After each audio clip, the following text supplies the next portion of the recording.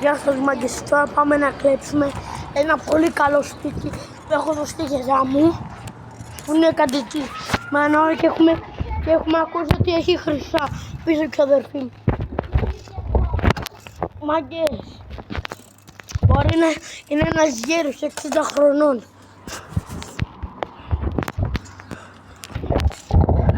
Η μάνα μου θα πέσει.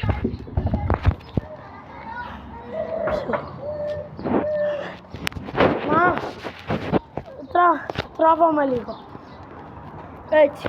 Τράβαμε λίγο βίντεο. Κράτα. Λοιπόν. Εδώ μάγκες. Λοιπόν. Όχι. Αλλιώς γίνει να το κάνουμε έτσι. Λοιπόν μάγκες. Τώρα πάμε να κλείσουμε αυτό το σπίτι του εκείνου του παππού μου. Εκείνου του γέρου 60 χρονών. Πάμε. Λοιπόν, παιδιά πάμε.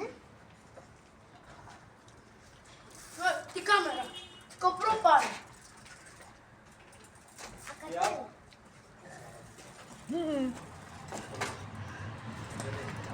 Όχι. Πάρε το κοπρό. Δεν έχω άλλη.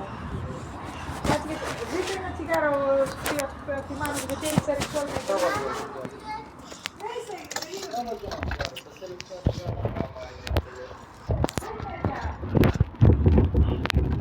Εδώ μάγκες, τώρα θα κλέψουμε το παππού του παππού μου. Είναι λίγο περίεργα. Να το, αυτό το γαμημένο.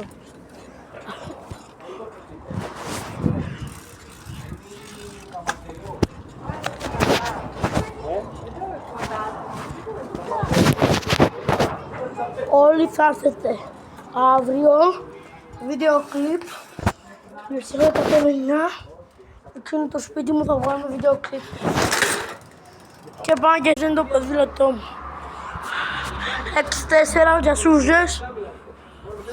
Το έχω γαμίσει σούζες. Το κοκαμίθι.